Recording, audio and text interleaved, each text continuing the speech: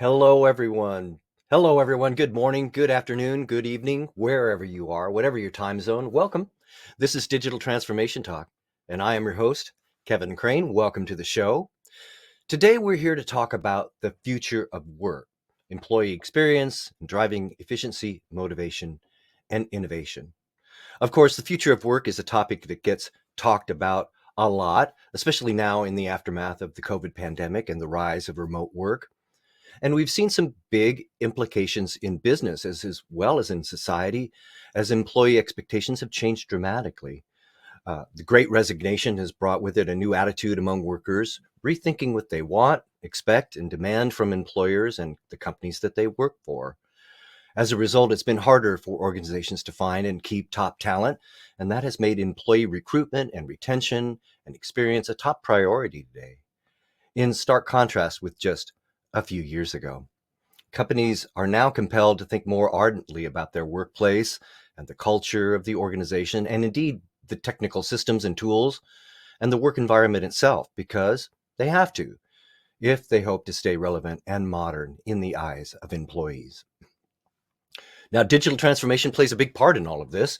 After all, if employees are forced to work with systems that are behind the times and with workflow and processes that are unduly complex or a hassle, it's more likely that they'll find another job with another organization, perhaps your competitor, that offers more modern systems and a more desirable work environment.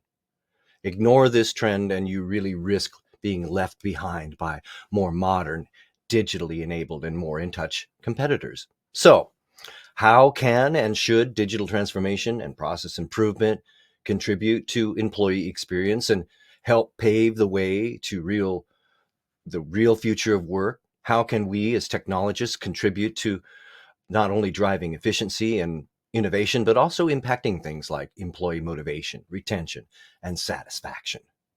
Well, that's what we'll be discussing today with a great panel of guests. But before I introduce our guests and our news item for today, I do want to say we want to hear from you too.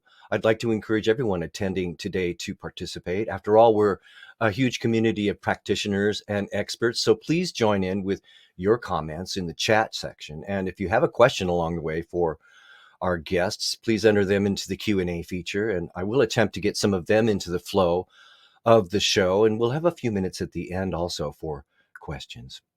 So let's get our guests on board today, shall we? Starting with Jonathan Brennan. Jonathan is Chief Information Officer at Berkshire Farm Center and Services for Youth. Jonathan, welcome aboard. Where are you calling in from?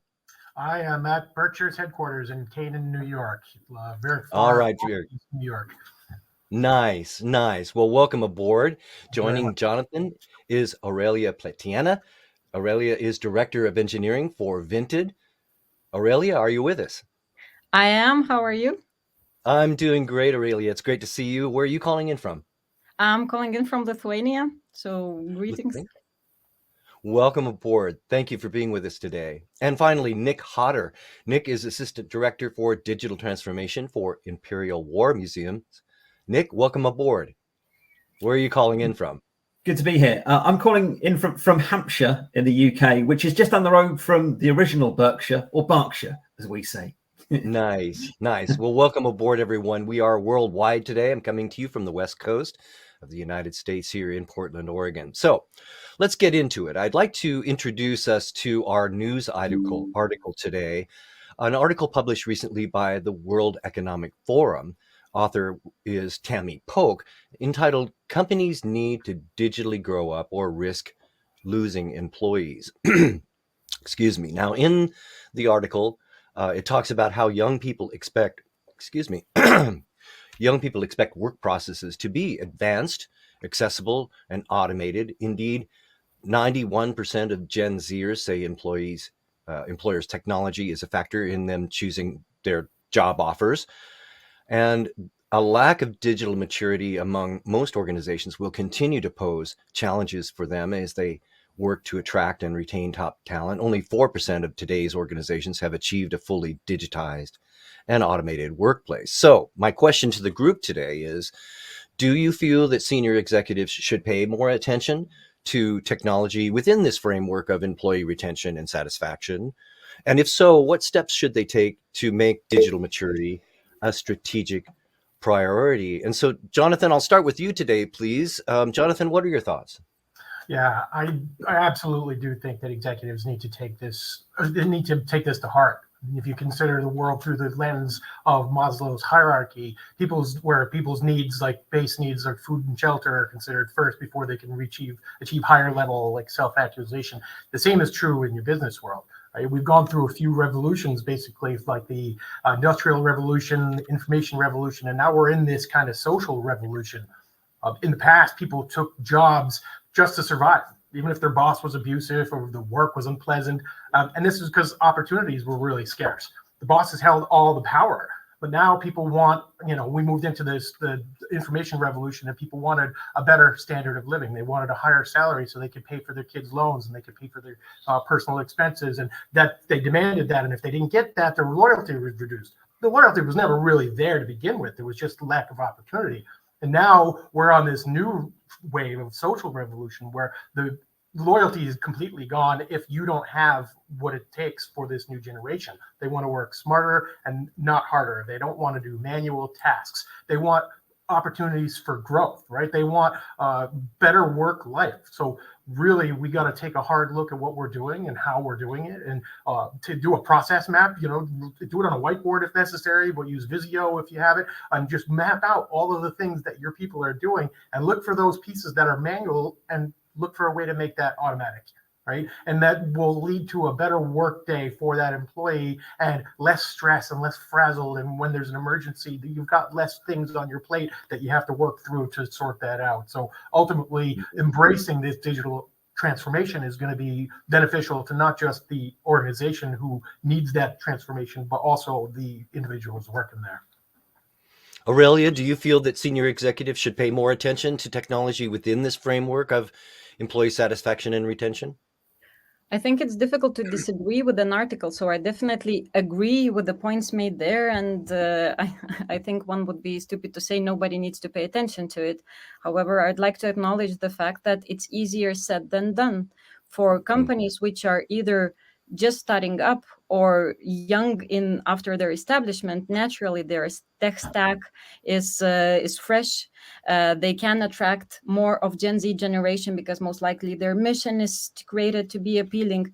But industries like pharma, finance, which has been there for such a long time, for them to move that journey just by saying we'll automate everything now is just not realistic. So what those companies can do is at least being transparent in their dialogues with the applicants in their recruitment process, what teams they're applying into, what tech stack there is, and also what their tasks on a daily basis would be.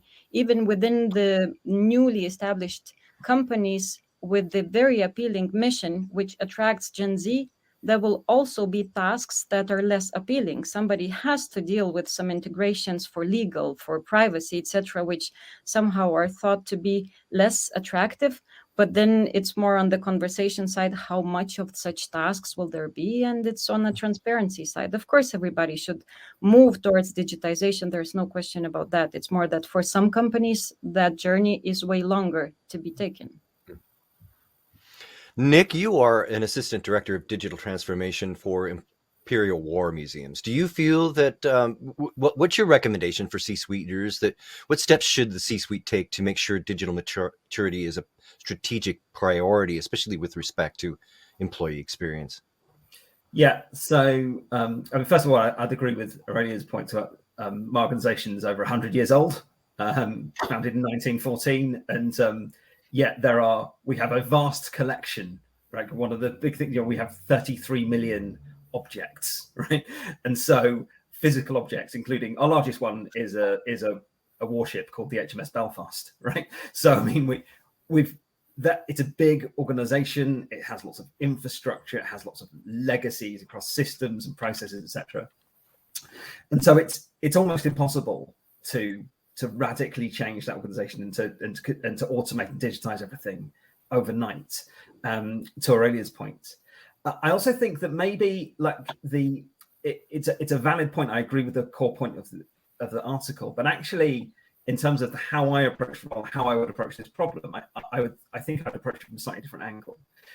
Because whilst it says in the article, over 90% of Gen Zers, or Gen Z, sorry, using my British form of the word Z there, whilst 90% of them think digital is a factor, they obviously have other views and other considerations when they're joining an organization. We know that Gen Zers are quite altruistic, that they're looking for purpose-driven organizations. So I would probably start this, if you're going to start this at the C-suite level, I would start it with trying to define what the employee experience should be.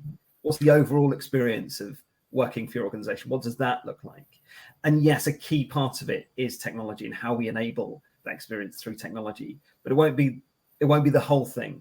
And I think where the biggest mistakes I've made in my career, and I see others potentially making the same mistakes, is viewing digital transformation as something that's simply about technology change, about trying to force an organization to change from the perspective of technology. And I don't see that as my job.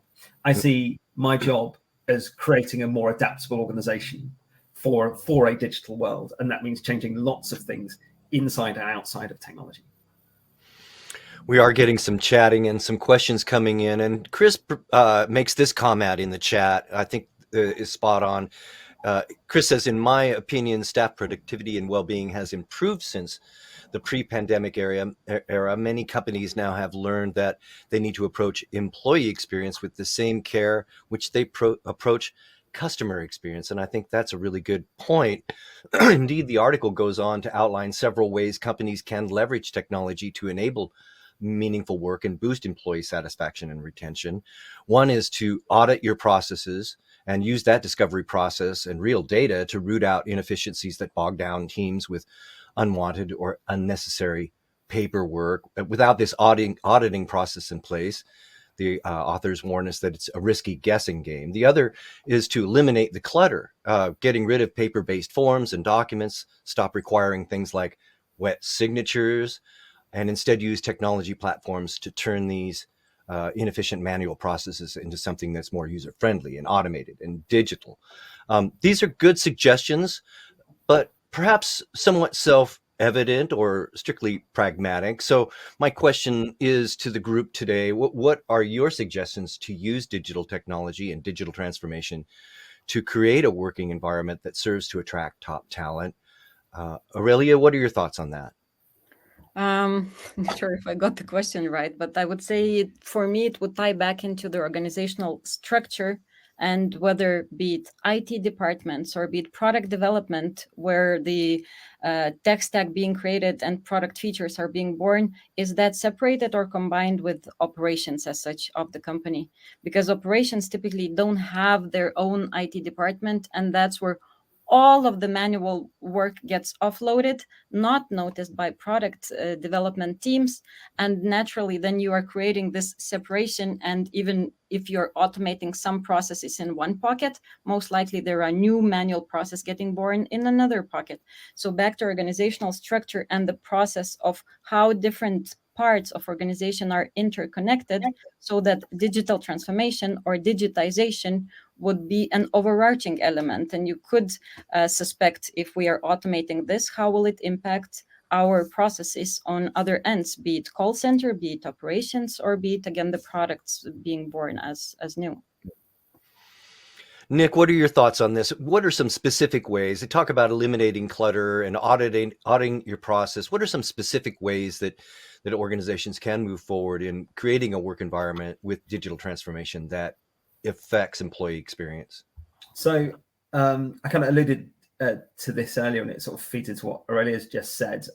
I think there's a before you rush into automating things, are you sure you're automating? Are you sure you even need the processes that you're automating? Right. So there needs to be something else before you undertake that. And this is what Aurelia was saying about, what's the connection between like the product and the operation, etc. So one of the things that I have tried to work really hard on is introducing kind of more product management, where we've got product managers who are embedded and working really closely with these teams, that actually the digital products that we deploy have a roadmap and a backlog and a managed life cycle, and connect with our kind of DevOps kind of operation to ensure that we all of that process is about always understanding the current reality of what you're dealing with.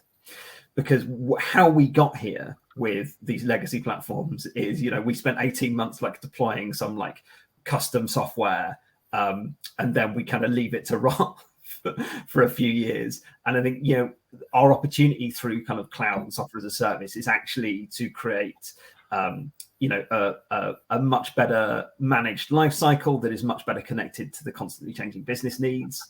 And so what we see in the kind of, in this kind of exponential age we're in, where customer adoption, it's strange, isn't it? Because I can go and buy the latest, if I want to and I can afford it, I can go and buy the latest iPhone straight away. I can start using ChatGPT as a consumer. I can instantly start using these things.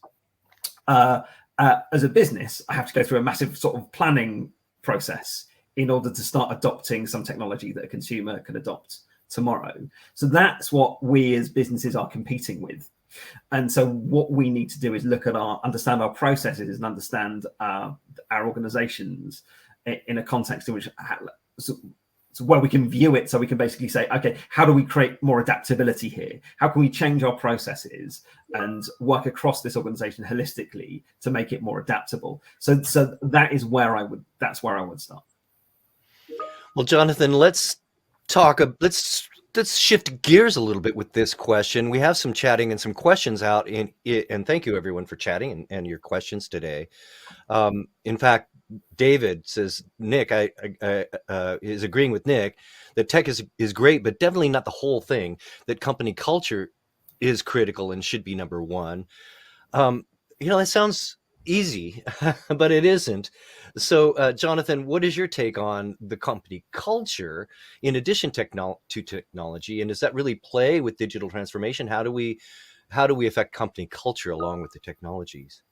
Yeah, and that's a very important part, is having a culture from the top level down. If you want to affect the change, it needs to come from the top, and it needs to have the buy-in all the way to the bottom.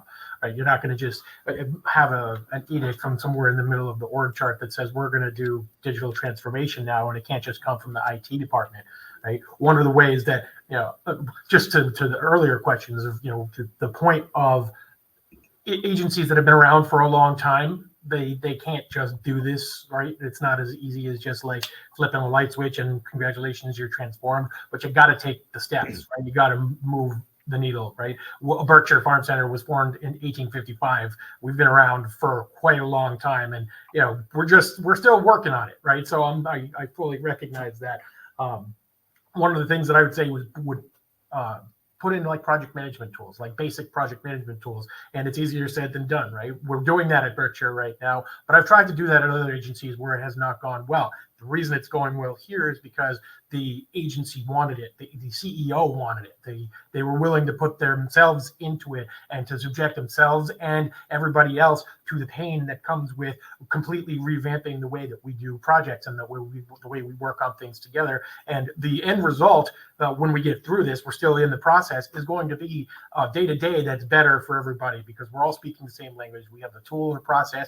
The spreadsheets are gone. The budgeting forms on all those things are gone. All the chats and stuff for the projects are happening in one streamlined place. And that's just one small little piece of digital transformation, right? We still got forms and we still have manual process. We still have to do all those process mapping things that we talked about. One of the original commenters hit the nail on the head, like basically know thyself. You got to do those initial steps, right, to map those processes out so that you can even know where to start. All right. Well, very good. Well, that is a bit about the article published by the World Economic Forum. Companies need to digitally grow up or risk losing employees. There is a link in the chat feature for those of you that would like to read more about that article.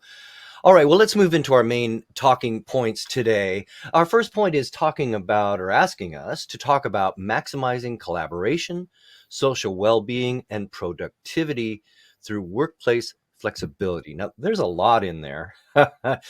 Collaboration, well-being, productivity, flexibility. These are all big factors we could talk about all day long. But I am really interested primarily, I get collaboration, I get productivity, I get perhaps flexibility, but it's the social well-being that I'm wondering about, the connective tissue between social well-being and digital transformation. So, Aurelia, I'd like to start with you. How does digital transformation affect social well-being? Well, one, Good question.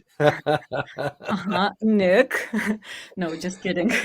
Well, it sparks it in one. That's one. I mean, with digital transformation, I think we also sparked the whole wave of social well-being, and it got interconnected with what values we want to see, what features or what kind of behavior do we want to bring in, and how do we take care of our employees. So I think it's simply that it's being born at the same time, and it brings in that wave. Whether there is a direct connection, I wouldn't necessarily put the sign of equal there, but I think social well-being is just something that becomes a topic for digital companies, because that's the wave of employees that comes on board with those who bring in all the digital aspects of how do we digitize ourselves, but at the same time remain healthy, remain mentally not so disconnected from our homes, etc. And yeah, I don't know whether I answered your question, but for me, it's more like it sparks in the conversations rather than is a sign that it sparks it in. All right. Glenn makes a comment here that I think is amusing. The future of work for people like me is no work. At least I still have my good looks. Thank you, Glenn, for that comment. All right, Nick, let's talk a little bit about workplace flexibility. Perhaps that serves social well-being, because if I'm more flexible in my work, I can be more attentive to things like family and my own social well-being. So, Nick, tell us a little bit more about what you folks at Imperial War Museums are doing with respect to workplace flexibility. Yeah, it's a good point. So for us, we have 5 museums, and if you work in the cafe at the museum, you can't work from home. I don't think I'm being mean. I think you have to be in the cafe. So there are jobs clearly at our museum that you can do at home, and there are jobs that you clearly cannot do at home. So that said, that's if you think about hybrid working or working from home, etc. There's clearly lots of stuff that we can do to enable that, and we have done to enable that. I think flexibility is the key thing, though. How do you create a level of flexibility? So how do you create an organization where you can effectively work from anywhere where necessary? I think that's really critical. One of the challenges we have in terms of we're also a government arm's length body, which means that we have to comply with government cybersecurity recommendations, of which there are many, and almost on a monthly basis, they become more and more kind of stringent. And that actually limits some of the stuff that we can do in terms of flexible working. Because you can't be really locked down from a cybersecurity perspective and let everyone work from any device anywhere using any software application. So actually, that one of our biggest challenges has been how do we meet that obligation that we have to meet from a government compliance perspective, and how do we also enable that level of flexibility across our workforce? And then I would go back to also, this isn't just a technology issue. We have to define what kind of culture we have as an organization. If you interview for Imperial War Museums, what kind of expectation are we going to set in terms of how and where you can do your work? And that has to be appealing in an environment where lots of people can just work hybrid or work from anywhere in the world if they like. And so if you come work for our museum, how do we set out what that employee experience is going to be like for you? And then how do we, as we've mentioned, support that through technology? So for myself and lots of others, I suspect there are a lot of competing challenges here that we have to navigate our way through. To me, a lot of this can boil down from both the productivity side and the employee experience side to our ability to communicate and collaborate more fluidly. And Jonathan, what are your thoughts on collaboration in terms of these two factors, employee experience and organizational performance? Yeah, certainly more communication tools and platforms have been a benefit to us. They can obviously be a detriment too. We all have smartphones in our pockets, and we all probably plug them in next to our beds every night. And do we want them dinging all throughout the night? So there's a balancing act that has to be stricken between using these tools for good and using them for less than good, right? So. Evil.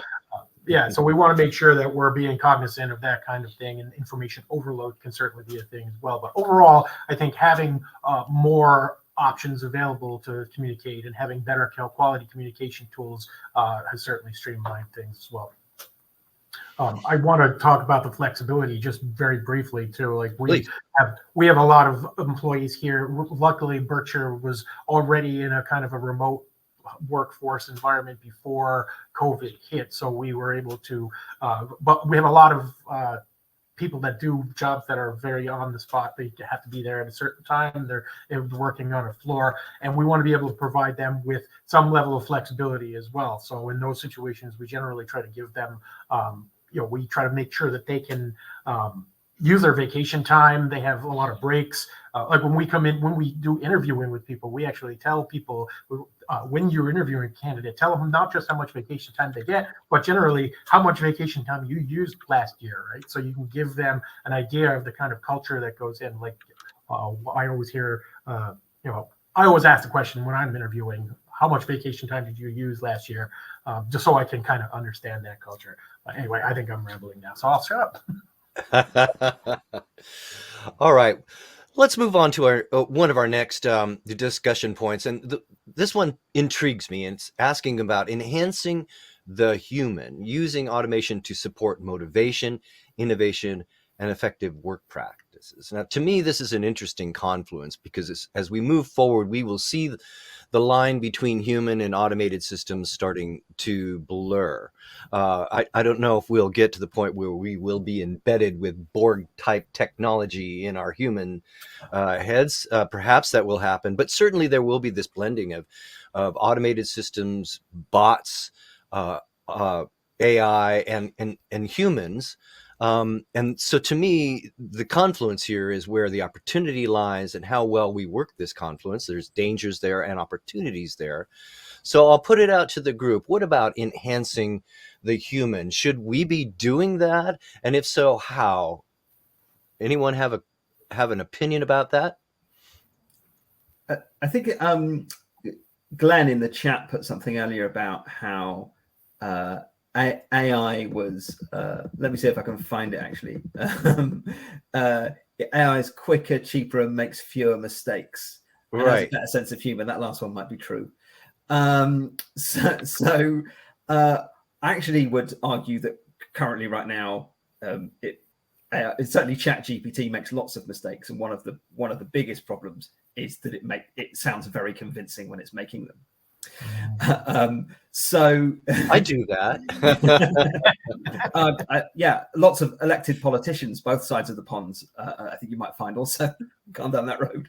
So actually telling people something in a very convincing way that is not true is something that's affecting our society. And it's something, given that basically the learning data set for a lot of this stuff that we have right now is basically the internet. And the internet is not entirely correct about everything. I don't know if you guys have noticed that. So I think let's not jump the gun here. Some of this stuff is not ready. One of the reasons I say that is that our mission is to communicate at our museum is to communicate a better understanding of conflict, of war. And if you were to ask, say, ChatGPT or some other machine learning AI-based tool, why did Russia invade Ukraine? You might get a number of different reasons for that, and not all of them might be accurate. So for us, we're an authority on this bit of subject matter. So I recently fed ChatGPT one of our photos from our collection. It was someone studying some torpedoes from a German submarine after the war in 1946. And very convincingly, ChatGPT explained to me how this was someone looking at tank shells in 1942. So it was full of detail, but it was complete nonsense, right? Yeah. So so we're not at the stage where we can augment. We can augment. I certainly can't augment a lot of my technology stack with this stuff right now. I can't rely on it at all. And so maybe we do get there. Maybe we do get there. But I think the way we do that is through, how good does your machine learning data set need to be for what you're doing to be 100% accurate? And it might be your tolerance for whatever you happen to be. My tolerance is 100%, right? But it might be for what you're doing, your tolerance is 80%, 70%. You can get most of the way there. And I think a lot of these tools will augment and enhance an employee's role, but for the most part, it will be a collaboration and a partnership. So I don't see often, it will for some jobs, but for a lot of jobs, it can't replace them, but it can make those roles more efficient, perhaps. Yeah, maybe Glenn, I would add. Go ahead. Yes, please, Aurelia.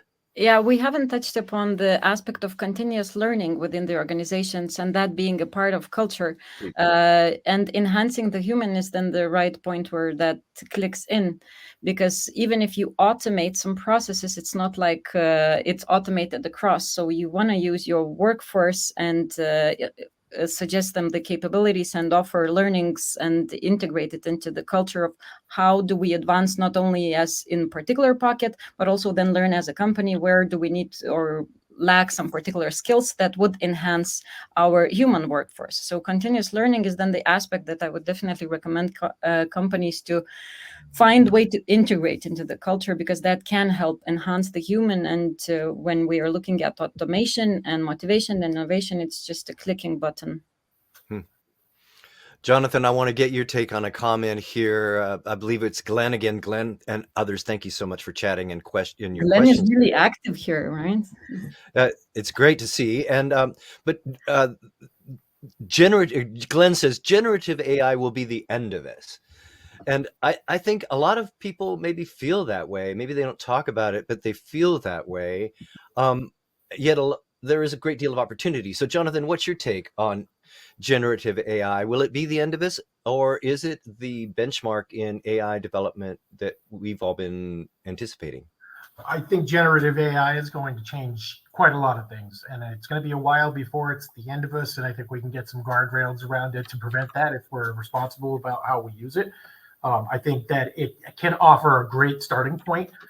As Nick pointed out, though, it's not perfect, and you got to take everything with a grain of salt, a massive grain, a bag of salt, in fact, because the amount of data that it can hallucinate confidently is wild. But for a starting point, for learning how to do things, for researching what's possible, or identifying risks of an initiative or anything like that, they've got a lot of value. People are already using it, whether or not we've adopted it as an institution level. We know people are using it. The consumer platforms are out there, and they're using it at work currently. If I was to do an informal poll here, if I was to make it confidential, people would probably be honest, and a lot of people would probably say that they're using generative AI already to write emails and write proposals and write things. I personally use it for a lot of things in that regard, as long as it's not sensitive in nature. I'm using it. And other tools, AI tools, exist that do the similar kind of thing. Like, actually, ChatGPT is about to be integrated into Teams Premium so that it can do an intelligent recap. So you can have a meeting where it's going to sit there and watch your meeting, and it'll take notes, everything that was said, and at the end, it'll do a summary of that meeting with action items suggested and things like that. That's going to be very big for businesses who don't want to spend money on an administrative assistant, or they can't for every area where they might want to.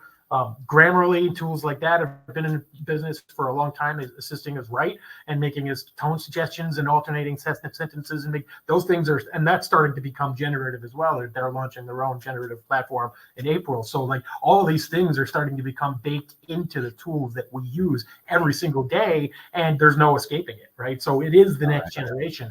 Microsoft Word is going to have a tool like ChatGPT built into it very shortly. But I don't think it's going to replace jobs. I think everybody's worried that it's going to be the end of us, and certainly any type of new technology is going to change the workforce, but I don't think it's going to eliminate the workforce. I don't think we're all the website engineers and the coders and everybody else that are in the headlines, I don't think their jobs are in danger anytime soon. The first, I think we're going to, sorry, I'm rambling. Go ahead. We are here with Jonathan Brennan, Aurelia Platiena, and Nick Hodder. In the time that we have left, I'm going to try to get to some of our questions that have been coming up from our attendees today, and I'm just opening it up to the entire group. Grab them and go. This one, should digital transformation leaders involve their staff when selecting digital tools and services? Anyone have a thought on that? I would say yes, because if they're not going to use it, if they don't want to use it, you're not going to have the buy-in, and you're just putting yourself back in the same problem. There's always got to be stakeholder involvement and buy-in when you're trying to do something new. Yeah, I was also about to ask, how else would you choose? I would go. Well, a lot of organizations just do it and put it in and have everybody sort of live with it. So, and then I'm pretty sure they are reading the articles on how do you digitize yourself and what do you need to change in your culture. But if you don't involve your key staff in making these decisions, then a lot to be improved on. Perhaps they're wondering why their initiative failed. Yes. All right. This one coming from Glenn. What can we do to better improve organizational culture? We sort of asked a little bit about this. Is it more efficient decision-making structures or allocating more staff time and resources to innovation? What can we do to better improve organizational culture, and how do we do that with digital transformation? Anyone? I think this is related to the previous question, and I think that if Kevin, as he said, if you just deliver it and impose it on yourself, then you're not doing digital transformation. That isn't digital transformation. That's just improving some of your IT. Maybe it is improving it. A lot of the time, I'd argue it probably isn't. Mm-hmm. And so, taking that further in terms of what kind of culture do you want, I think this.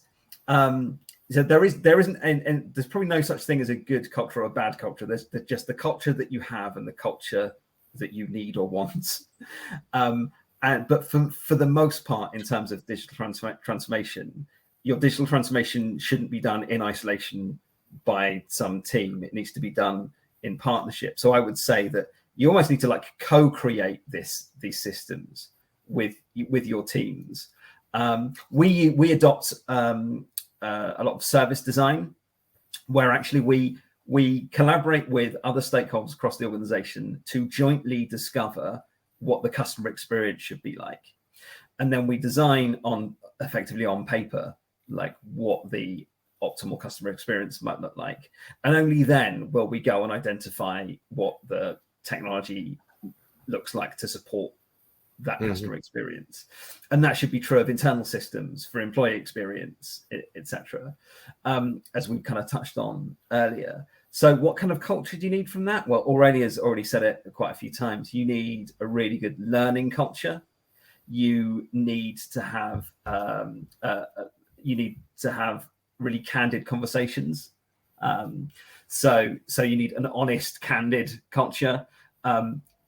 I think this starts from an exec level, but you also need to be driving in the same direction. So that comes from what's your mission as an organization, what's your North Star kind of vision, and what's your strategic alignment look like to that vision. And these are the kind of tent poles, right? So you start with that, and then you kind of go, okay, what kind of culture do we need to learn and develop over time? We talked about technology, the rapid advancement of technology. That means that your customers are constantly going to change how they behave, how they respond to things. So that means your business is going to constantly have to adapt, and you're not going to survive in that world if like Kodak, you were focused on the bottom line and just selling like film, right? Because you want to beat your next quarter or your next year. Okay, that what they were doing is just missing the reality of what was going on in the rest of the world. So your focus as an organization needs to be on that mission and not on your next quarter of sales or next year of sales. It's a guaranteed way to fail. That's how Blockbuster failed. That's how Kodak failed. Right. And that's about learning, right? If Kodak had created a better learning environment, if Blockbuster had created a better learning environment, they may not have made those mistakes. Interesting. As you're talking, I'm thinking to myself, we think a lot about the technologies that go into digital transformation, But the truth is, it's the people that make that innovation and that transformation happen. And so when it comes to company culture, or how you lead the company, or the way that it is permeated throughout the workforce, it really is a thing where we're all in this together. As Aurelia said, it's important to involve folks in the decision-making process. It's important to consider the human aspects of how people work together and collaborate. And all of that is really facilitated by the technology, not the other way around. So I think it's important to remember that it's humans that make innovation happen and transformation happen, regardless of what kind of technology may be employing. All right, we have just a few more minutes left, and we have come to our final portion of the session today, the action item round. I'd like to ask each of our panelists, if you would, please provide us with one quick action item that we can use to take advantages of the ideas and advice today. And so I'll start with Jonathan. 60 seconds, Jonathan. What's your action item for us today? Take the first step. Know yourself and know your organization, right? Start to map those processes, even if you're just picking one department at a time and just going through all of your key business processes, and look for those points where you can remove headaches for your employees, right? Look for anything. Start with the glaring, obviously the low-hanging fruit, but work towards eliminating all of those headaches, right? You may never get there, and it may take you 10 years to really make a meaningful difference and get your transformation done. But to do that will make your employees much more satisfied day to day. And also train them for the jobs that they want at your organization, not the job that they have or at other organizations, right? Give them that kind of growth path so that they have an opportunity in their career that it's going to give them more satisfaction, whether or not they're at your organization. Hopefully they are, but it's beneficial to both of you. It's better to train your employees to leave than not train them and have them stay. Mm-hmm. Aurelia, do you have an action item for us today? Yeah, I would lean back to what we already discussed. Find a way to embed continuous learning as part of your culture. There are so many tips and tricks how you could do that, be it create hackathons, create learning budgets, add some specific sessions that would be engaging to Gen Z as well. Different digital transformations bring agenda to the teams, but the way to bring out the agenda from the teams is to make the continuous learning as part of the culture. And finally, Nick, what's your action item for us today?